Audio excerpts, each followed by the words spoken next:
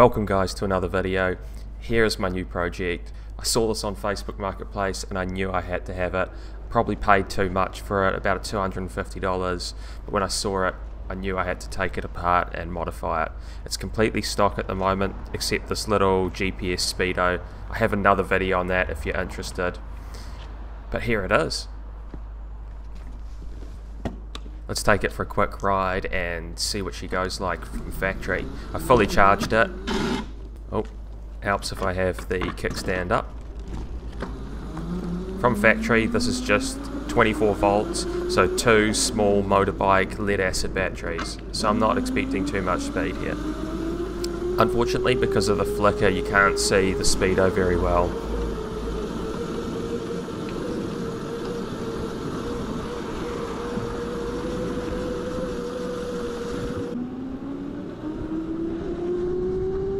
I'm going to try go for a top speed run and see what we can get.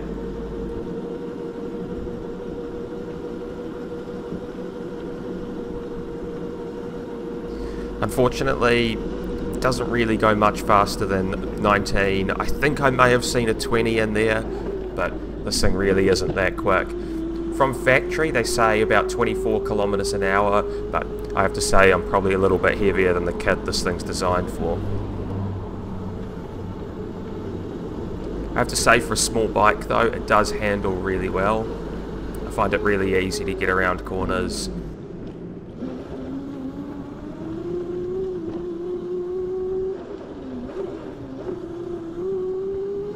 So let's get into the part list now. First of all, we're starting with the heart of it, a FlipSky 6384. I really like FlipSky, I've used their stuff in the past. They just seem to be well priced and of a good quality. Next is the ESC. This is the one I start with, admittedly. I didn't end up finishing with it because it just caused too many problems. But you'll see later on. It's just a cheap Chinese one. I think it was like 50 bucks.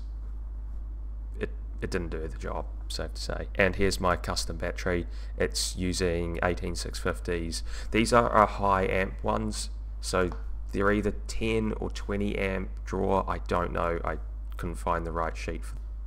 Let's get everything connected up with my bench power supply, see how it runs, make sure it does run.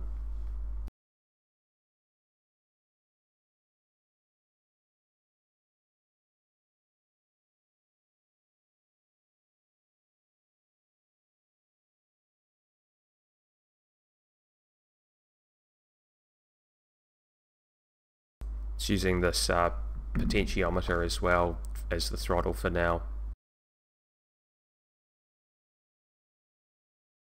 Unfortunately, the listing on AliExpress for this ESC didn't have any information, so I had to search around, and that piece of paper I printed off was from a different ESC that looked similar but wasn't exactly similar, and two of these plugs need to be connected together as like an on-off switch, not the ones that I'm looking at now.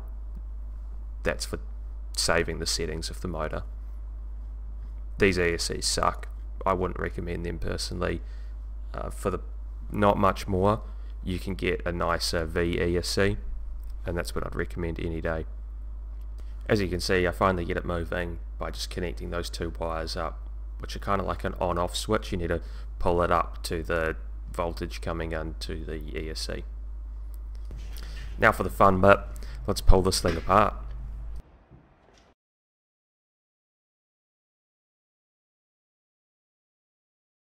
I was really surprised with the build quality of this, considering it's just a kid's toy. It's got a full metal frame that's quite thick as well. You can easily support my weight, and it's easily going to be able to support some more grunt, which is great.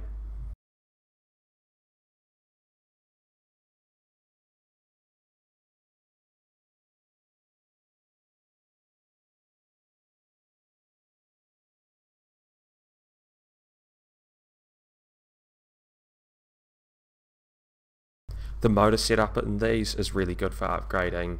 It being chain driven and having this small tensioner here means that we can move the motor a little bit and it won't matter. It also means that the motor doesn't need to slide back and forth to tension the chain. Makes my life a lot easier.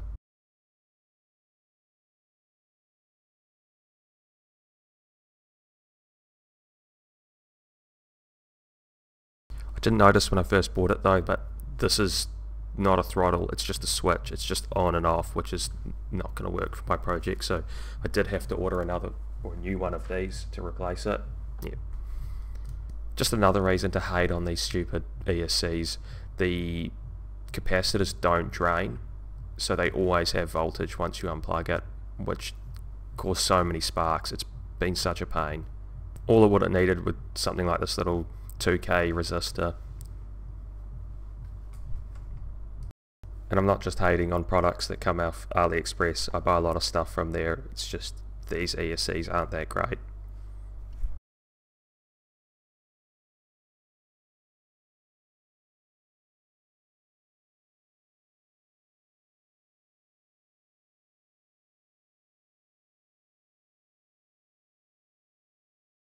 Next I jumped in Fusion 360 and made up a battery box. I didn't actually like this design that much. I ended up making a new one, but that's for another video. So here it is off the 3D printer, or at least one half. My 3D printer's not that big, so I have to do it in sections. I actually ended up getting the top made by a mate, but it didn't end up coming out very well. Now we're just going to put the inserts in. This is a super easy job. I really like these, by the way. They're like 4mm inserts. You just push them in with the soldering iron and they work really well. They can take a surprising amount of force before they come out as well. I would highly recommend them. Now let's mount up that FlipSky motor. Here's the old one. We're gonna reuse this bottom bracket. Here's the little sprocket. It doesn't actually work on the FlipSky one as it needs to have a small grub screw in the side. Here's the new motor. I'm going to need to make a bracket, like an L bracket that goes across and up, and then hold this in kind of the same place, just like that. I'm kind of surprised that it only has 4 bolt holes on these. It should be enough. I'll use high tensile bolts, but yeah.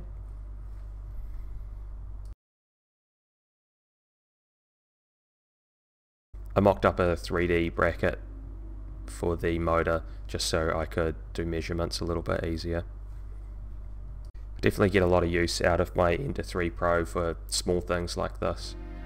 Makes my life a lot easier, that's for sure.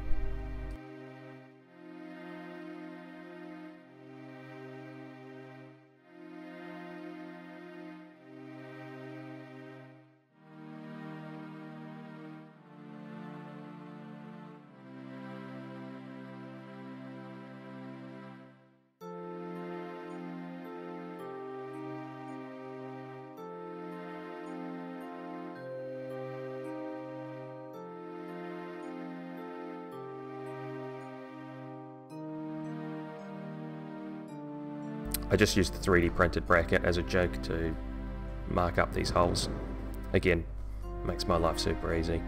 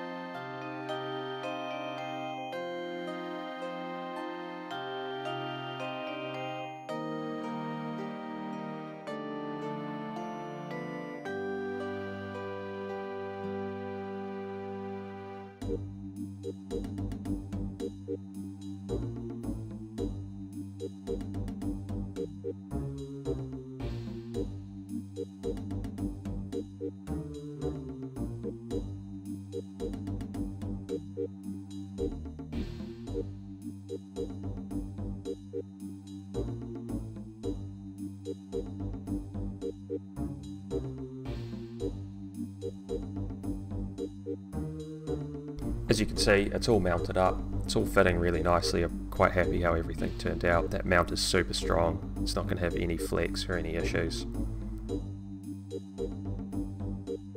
Now let's get on to mounting up the battery up here.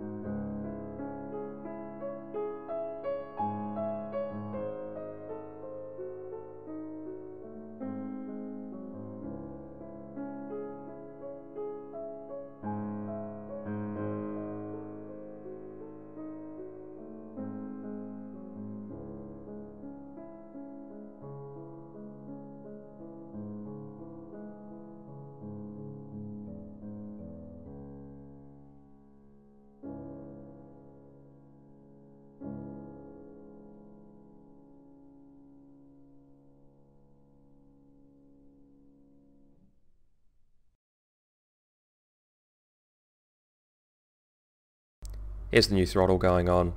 Super cheap one from AliExpress, but it'll definitely do the job.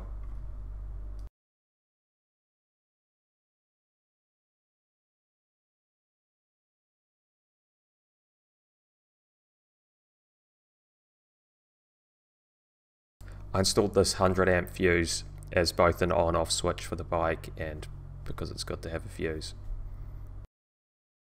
Here's both the wiring for the hall sensor for the motor as well as the throttle for the ESC.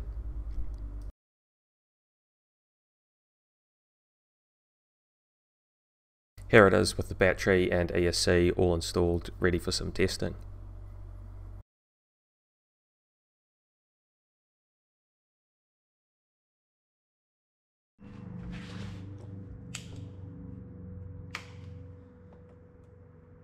This is where I started having problems with the first ESC. As you can hear, it's got a bit of a stutter as I'm going on the throttle. It's really struggling. The only way I can get it to throttle up is by smoothly doing it.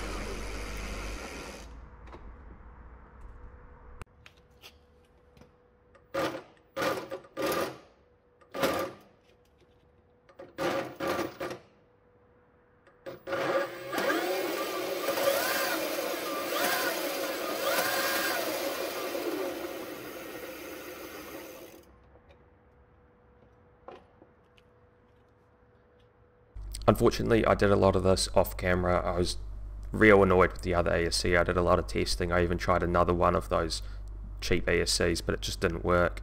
I even extended the battery out to 13S instead of 12S because I thought that was an issue, but it wasn't.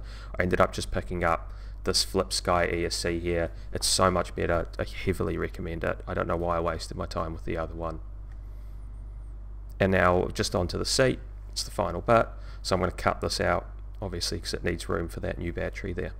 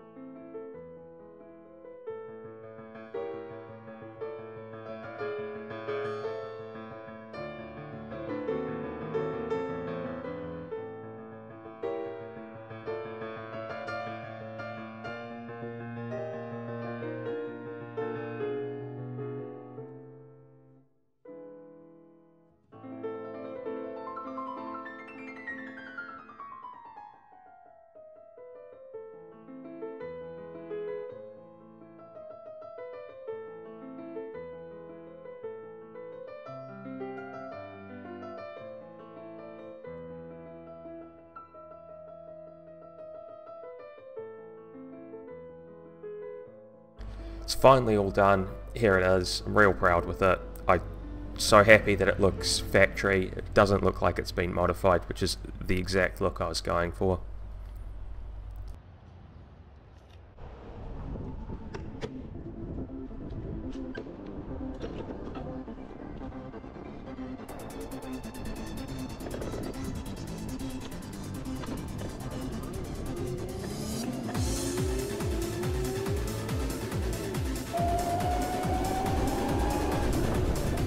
thing's on a completely new level. It's so good.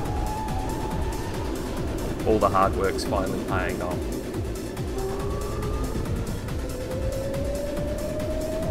Let's give this thing a top speed run, see what she can do.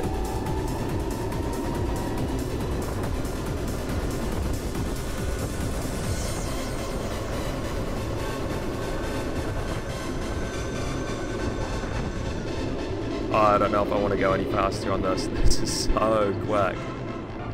Oh. I think I hit like maybe 48. I want to say just below 50. That's super quick. Let's take it out for a nice ride in the sun. I'm excited.